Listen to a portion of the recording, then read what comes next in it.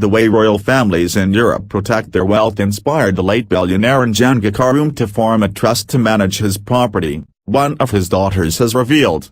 Jane Mukai says her father was so impressed by how the rich in England and Australia administer their property, that he thought it was too wise to establish the Njenga Karume Trust. He used to frequent those countries from where he borrowed the idea of a trust. All along, my dad was an organized man. His thinking was that the trust would perpetuate his legacy, morphing into something like the Rockefeller Foundation. Unfortunately, that hasn't been the case, regrets Jane. According to Jane, the fact that the patriarch bestowed his property in the hands of trustees George Ngiwiriri, Kanguka Tabaki and Margaret Nduta Kamathi, should not be misconstrued as a sign of little faith ailing Karume had in his own children's ability to run the vast business empire. My dad trusted us. I think he wasn't sure how we would work together as siblings. He wanted the property to benefit his fourth generation and thought a trust would be the best vehicle, opines the hotelier. The trust is now the bone of contention between Karume's family and the trustees.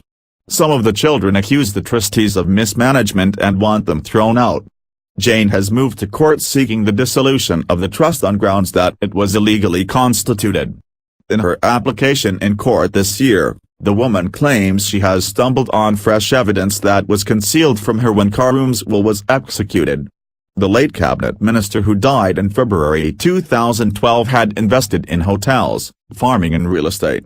That it has come to my knowledge, the testator bequeathed his various shares as listed therein to persons, who at the time of the exaction of the will did not exist, thus cannot hold any properties, and said paragraphs of the will lack certainty, hence null and void, she states in her affidavit filed at High Court on March 12, 2018.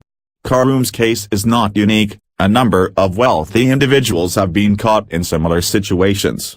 A trust is basically a three-party relationship in which the first party, the truster, transfers property to the second party, trustee, for the benefit of the third party, beneficiary.